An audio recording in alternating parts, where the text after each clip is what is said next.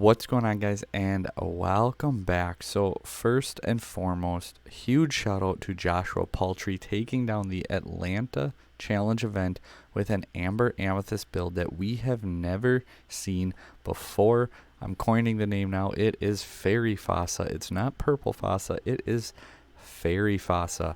The question everybody was asking, is this deck viable in set 4?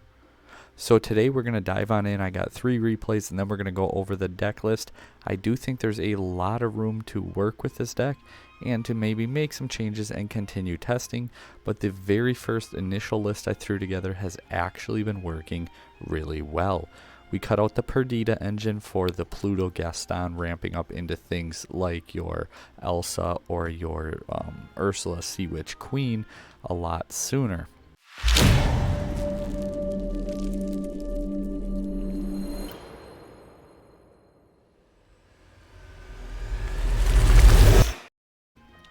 So first time, we're going first against Ruby Amethyst. Opening hand, we have Chernabog, Gaston, Rabbit, then Mufasa, Chernabog, Crab, and Fox. I'm opting to keep a 1-drop just so I can get a card down on turn 1, and the Gaston. I want to just try and hit my ramp. We hit our Pluto, so that's great. We can ink the Chernabog. We also hit our Fairy Godmother. So as of right now, we can go ahead and play Fairy Godmother on turn 3, and that's going to be pretty nice. So essentially this playline lets you say go Pluto 1, Gaston 2, and then you can play a 6-cost card if you wish on turn 3.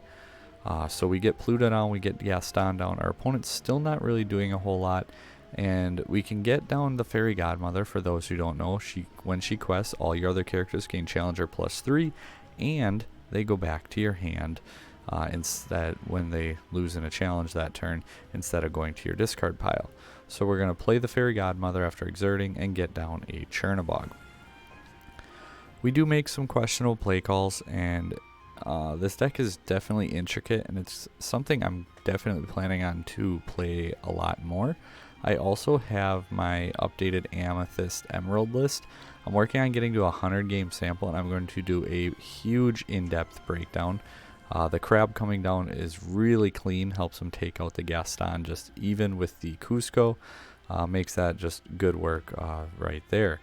So now our opponent, he doesn't really have any, like, there's no benefit for us to get the Challenger here, right? Like, we're not going to feed off of that. We could quest with everything, and then what? We quest with everything and we lose a character just for nothing. We're going to quest with the Chernabog because we can just make him leave the field and draw a card. I was debating if we want to do this or not. I'm like, you know what? We have the goat. We can put it down, ink the other one, and then get that Chernabog back on board to keep our board presence up. Wait and see what our opponent decides to do. He cannot take out the Fairy Godmother unless, say, something like a Fox comes down, which would be pretty devastating. But he doesn't. He has the other Crab, which he could have played and taken out the Fairy Godmother. Instead, we're going to go ahead, quest with her, then Goat can take out the Crab, and again, it goes back to your hand instead of going to the discard, which is just really good for advantage. Gaining that 1 lore still, and then we're going to be able to replay it and gain another one. Passing turn because we would just lose out if we quest with the Chernabog unless we quested with it and then used it to just draw a card, but wanted to keep the extra body on board. At this point too, I was like, if he wants to trade his board into my Fairy Godmother, I'm okay with that. Having the Goat and Chernabog on board with my hand, I was like, you know what, I'm actually really okay with this. He shifts into Big Ursula, and again, I was actually pretty okay with it. He quests then with the Cusco, and this next turn is one of the misplays we do. We take out the Ursula, that's the easy part. We gain a lore in the process. The big threat's gone. We put down our own. We could have played the Pan there and taken out the Cusco clean.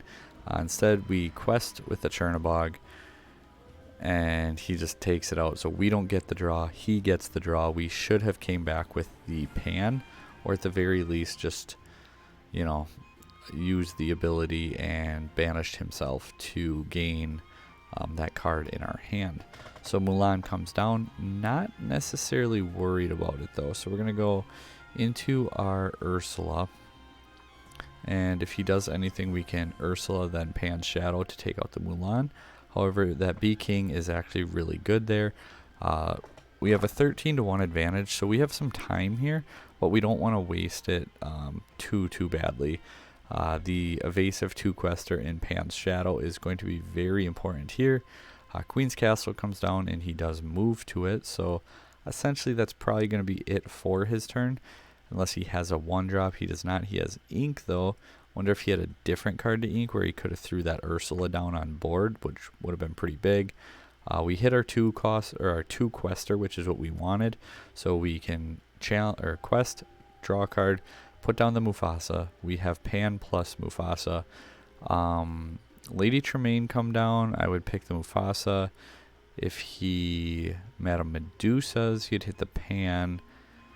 A Be Prepared here does not matter whatsoever unless we hit like one of the 2 or 3 remaining copies of Friends, because Mufasa will put a character on board, and we also have the Ursula on the comeback play, or Elsa, which also we only have 5 ink, so that doesn't make any sense. But we will draw a card, and that Mufasa will still net us a card off the top of the deck. So I'm feeling pretty confident with where we're at. He has to be able to take out both here. Or I guess I shouldn't say both. He has to take out one of them for sure. Maui comes down, and at that point I was just like, okay, my opponent doesn't have it. He's just kind of showing some of his cards. So he does then just quest with the Mulan. We have enough for game. We can go ahead quest with the Mufasa, quest with the other. So game 2 we're going second into what many people consider to be the best deck of the coming format. I say most people, or lots of people. However, I am not one of those people. We open double Pluto, Merlin, Pascal, Snake, Elsa, and Fairy Godmother. I don't think I will ever keep an Elsa in my hand, even if you have like the dream of Gaston, Pluto, and Elsa, because that's a turn, what was that? You'd get 3 sooner, turn 5 Elsa, which a turn 5 Elsa is just very, very strong. That's 3 uninkable cards, and keeping 3 uninkable cards, well, you might not mulligan into any more. That's a very specific play line that you better hope goes uninterrupted. So for that reason, I'll always mulligan away my Elsa. Then we have Fairy Godmother. We have Crab. I decided to keep Crab in my hand here because I was like, just Crab coming down to be able to like take out, and we keep the Snake too after a decision, because I'm like, Snake plus Crab takes out a Hiram. That's clean, so that I felt like warranted keeping it. I was just like, I need a way to get rid of that before he draws too many cards. So we get the Pluto down. We don't have the Gaston, but that is still okay, because now instead of questing, you might say, why don't you go super aggro here? I was going for board presence, so we go Snake down, Pluto right back. So we get the big threat in Snake for challenging, and we still keep our Pluto on board. Unfortunately, a Sisu does come down, which I'd say could be worse, but I really don't have many low attack characters, so it really can't be too much more worse. But we put the Fox down here, because say next turn we can ink the Snake if we have to, and then we can play our Pan's Shadow, who will then give our Fox rush as well. Wanting to keep the damage away from my Shadow, I put it onto the Fox. You could say, why not put it onto the Shadow and then quest with the Fox? I felt like that one lore wasn't necessarily going to matter. And you could also say, well, it makes more sense to put the damage on the Shadow too, because something like a Medusa cannot hit the Fox, so why not do it to the Shadow? And I guess there's definitely good reasons for it. I just valued the 2-quester a little bit more. Brawl comes down, however, gets rid of the Shadow, and then he is able to take out our Fox. Again, though, it wipes his board clean, so I'm okay with it. We're up to 6 ink now. We're almost into Elsa territory. We're actually right there with our opponent as far as ink goes. We have the better board presence. We're even with him on ink. We have a slight advantage on lore. I'm actually really, really happy with where we're at. We go ahead, we ink our Fairy Godmother. I'm not going to need 2 at this point, just wanted to reread Sisu here, trying to prevent her from taking out any of our characters. I'm like, how do I want to do this? If we put down the Pluto, she's only got 2 strength, so then we can go ahead, quest. Challenger isn't going to matter. Quest, take a 9-1 lead. If he shifts into Sisu, we only lose a Pluto, so again, we're mitigating our damage. As soon as he quested, we knew the Be Prepared was coming down, but we had double Mufasa on board, and we hit Rabbit Goat. Rabbit Goat off the top for Mufasa, so we draw a card, and we go to 10 lore, and it's going to come back to our turn, so we're up to 12 lore then. We throw Pascal down just for the board presence, ink the Iago, we don't need it, and now we know we have our 8 ink. Going to our 12, like we had mentioned, we can go to 15 next turn. I'm just going to hold Elsa at this point. Sisu comes down, so we do lose Rabbit too, in addition to our Pascal, but that's okay. We quest with our Goat, play your Fox, can't even talk. Replay the Goat, a fun little just bounce Goat bounce play. Get that. So Lucky Dime does come down, but I'm actually okay with that, because one of 2 things happens here. Like, if he knows he's going to lose it, right? So you Lucky Dime and you quest, you go to 9 because you have to do something. You know you're going to lose it, I'm going to take it out with the Fox. However, if he didn't say quest and he was just going to try to Lucky Dime, he's too far behind to just gain 3 to my 2. We do have the Elsa in hand though, so we could have played Elsa here and then Fox take out the Sisu anyway, go to 16 with the Goat, and put him on a you better remove Elsa or we're winning the game scenario anyway. So we quest with our Goat, we put down the Shadow, arguably could have put down the Pascal as well, because then he has to do something, and we put him on lethal. Medusa would be enough in that scenario. We draw into another Elsa, so we're going to go ahead, play her, exert the Medusa, get the 1 off our Goat, and we're sitting on Elsa once again.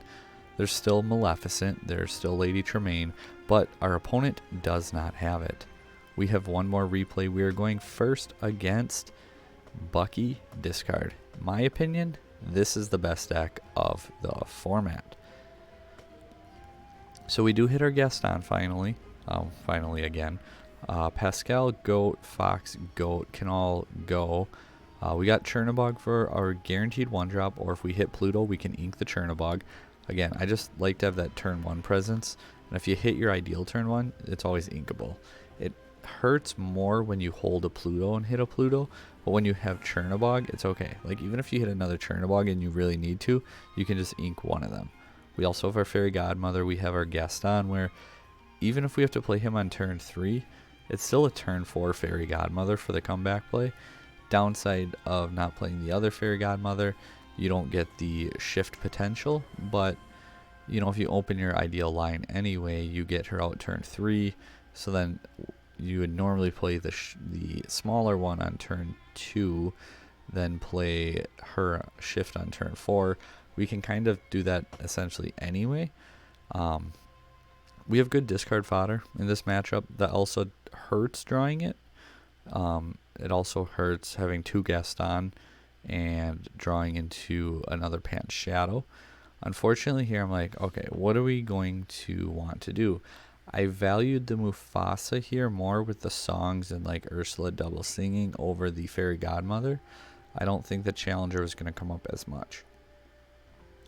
So Aladdin comes down. We knew a Floodborn was coming down, right?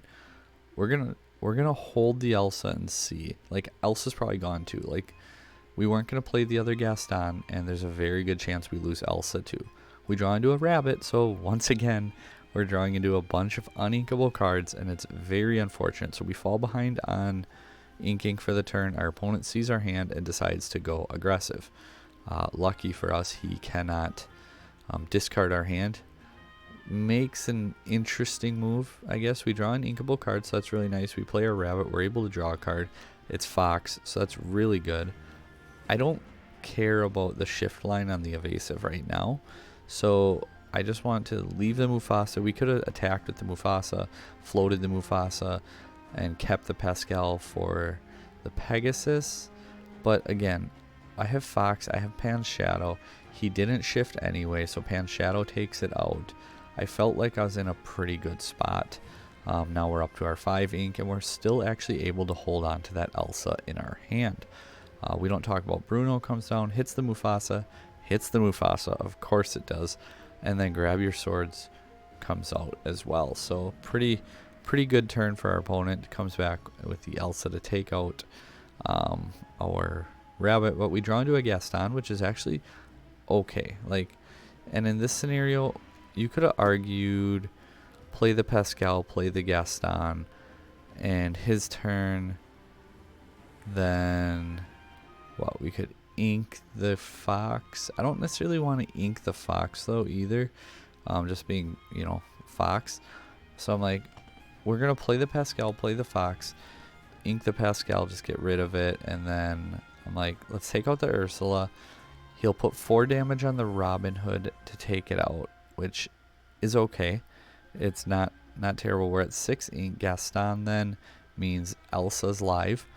We draw into Pluto now. It's a little late for that. Would have rather had even an inkable card or just about any other card. We're seeing all the uninkables this game, by the way. Sad Beast comes down, so that's pretty unfortunate. How should we have played this one? We ink there, and then Pluto actually works out because now we can come down with Elsa. We should have... Or no, I did play this one. Alright, okay. I think it's a little later. I make another questionable play. But we hit the Jafar and Beast to exert them. We could have put the 2 damage on Beast, but then we're going to lose a card, and it's just not going to be great. Another Grab Your Swords comes down. He had to hard cast it, so that's okay. We now have our Elsa. I'm like, what do we want to do? Let's put some damage on the Beast so he doesn't get to continue to draw. We have our Snake. We can bounce the Elsa. Assuming we hit an inkable card, we can come back down with Elsa on the next turn, assuming our opponent doesn't do anything too oppressive. Another Bruno is actually a incredible card there. Lucky for us, it does hit our Snake, so we keep the Elsa in hand. Unlucky for us, we draw an uninkable card. Rabbit into Friends, into Rabbit plus Friends. We're going to ink the other Friends just to get us to that 8. You could have said, well, you know, 9's not going to matter much, why not hold on to it? But I planned on crashing the Rabbit into Beast regardless, so holding on to the Friends was kind of redundant, I felt, for me. And then we draw into another Elsa, which actually in this game state is incredible. So we have the Rabbit plus the Pluto now. Trying to think how I wanted to play it out the best though, like, because you don't want to just lose because you get greedy, right? You don't want to throw down both Elsas and not be able to close out the game. Do you take a turn off with like your Rabbit, Pluto, whatever you draw, assuming it's a 3 or lower, and then come back with Elsa on the following turn? He comes out with his Tinkerbell, which also makes our decision interesting. We draw into a Snake, however, which means that we essentially have 3 Elsas. We can go to 12, play the Snake, play the Pluto, play the Rabbit. That is one play line we could go. We could come down with another Elsa. There's, again, we're in a situation where it's like tough, I guess. Here we should have hit the Diablo with the Elsa, though. This is a questionable call. We should have went Diablo and Tinkerbell, took out the Jafar, but at the same time we'd then have 4, but I guess that wouldn't matter. We'd still not quite be out. Tinkerbell comes down once again. Diablo is exerted, so he gets to draw some cards. We're not going to be able to take out that Diablo either. So had we taken out the Jafar, would that have been the better call? I'm not entirely sure. This turn? No, absolutely not. Last turn, though, possibly. I put down a bunch of threats here because he needs to essentially take out all but one character. Elsa is as good as gone, and if he does it right, he'd be able to take out the Pluto. I don't necessarily like that move on the Pluto because if he takes out the Elsa, he could have put that 2 on the Pluto, but at the same time, the 2 on the Pluto there, or the 2 on one of these characters. Now, he has to have another way to deal damage. The Ursula comes down, which makes me think he does not. So Rabbit plus Snake is going to be enough to go to game if he cannot deal with one of them, and he actually cannot. So even if he did, though, he did not have enough to quest out and win, so we would have came back with another Elsa. And if he couldn't deal with that Elsa, then we still would have won just one more turn later. So we weren't definitely in a bad spot, but like something like a Zeus paired up with something could definitely clean out the Elsa. However, it doesn't matter because our opponent did not have it. So let's go ahead and jump into the deck list. 259, 260, basically the cost of the deck. That's not terrible. Set 3, it's starting to get, or set 4, it's starting to get expensive. We have 17 unequal cards. We have some 7s and 8s. Otherwise, we're pretty heavy through up to 5. Light in our 2s, heavy in the 3s. And I guess, yeah, let's go ahead and just go on through it. So Fairy FASA, set 4. Again, we cut the Perdita engine, the Perdita, and some of the low-cost aggro cards, and we opted for a bit more board control type approach, and I've been pretty happy with it. So we'll see how testing goes. I'm curious to see how many other people experiment with this deck now that, again, Joshua put it on the map. But yeah, it's a lot of fun. So we played 4 Pluto, 4 Chernobog, and 4 Pascal as our ones. I shouldn't really need to say a whole lot. Like I said, if you open like Pluto Gaston, you're up to like 6 cost characters on turn 3, which is just crazy. You could put down an Ursula potentially on turn 4, which again, it's just crazy. You can get Elsa down on turn 5. Potentially sooner, I guess, if you have like another Gaston, you could get an Elsa down as early as turn 4 if the stars align, and you open multiple Pluto or Gaston. But Chernobog essentially is there as a draw. Pascal deals with evasives, kind of sneaky, does his job really well.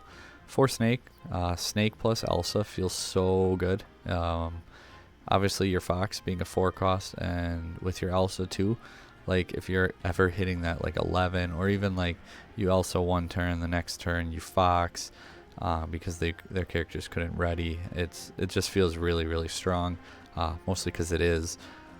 Ursula, we're playing the Shift Ursula too, and just the Challenger, the 1/3 Challenger plus 2, pretty strong. Gaston, again, you exert them to pay 2 less, but really the 4 willpower is what sells this card. If you had, say, 2 or 3 willpower, it'd be so much worse, but having 4 willpower really makes this card good. We did play a couple Iagos. His 3 attack means that he can take out a Pegasus as well as a Diablo, so just a 2 of tech in there. He's evasive, hits some of those cards. We do have our Merlin Crab too, can say boost your Pascal. Rapunzel potentially for healing our cards, drawing our cards. We do lack some draw in this deck, so Rapunzel, maybe we should play more of her. But I've to this point been pretty content with just the 2. We don't see her very often though, but the deck doesn't seem to struggle too bad. However, definitely could use some more draws. So if you want to play 4, I absolutely understand it. We took the page out of his book and just did the 2-4 ratios on the Goat Rabbit. Again, valuing the draw more than the lore. However, that lore is sneaky good, and the 4-3, again, pretty good too. Especially like when you Fairy Godmother, give them 7 attack, and then you crash into something, goes back to your hand, you get the lore, and you can replay and get the lore. It just feels broken. Like it feels like you shouldn't be allowed to do it. Pan's Shadow, 2 of him. Again, most of the time, like your opponent's not gonna shift Diablo, so they play Diablo 3, they quest, they sing, they challenge, they do something with it turn 4, so it's exerted. So your turn 4, or I guess your turn 5 if you were on the play, you come down with your Pan's Shadow at the first opportune moment and you take out that Diablo. it is Fairy FASA, so we're playing 4 Fairy, 4 FASAs. Just 2 Ursulas, just kind of a big-bodied threat. The 4/7, Inkable, 3 Quest and Exert characters, crazy strong. This card is so good. And then 3 Elsas as well, because Elsa is just really, really strong. Lastly, we are playing 4 Friends on the other side. Again, for that draw engine, you could, I guess, cut a couple of these for your Rapunzels. I felt like 56 characters in a Mufasa deck. If I hit my song, I will take it. Like, it can happen, but it's not likely to happen. So I don't mind. Like, I think draw 2 is just too good not to play. And again, we're playing 56 characters. If we whiff and we hit it, then I mean we hit it. No Chernobog. Our uninkable count kind of went to the Pluto Gaston, so Chernobog's out, Perdita's out. And then again, we got a little more into our Challenger plus evasive type gameplay, because while this deck may have won in set 3, set 4 is bringing a ton of evasives into the game. Emerald is just going to go crazy with it, so you kind of have to have your answers. But anyway, this is the deck. Let me know what you guys think down below. Can this deck survive? I think it can. I think it will be an actual solid rogue strategy. But anyway, guys, thanks for watching, and until next time, take care.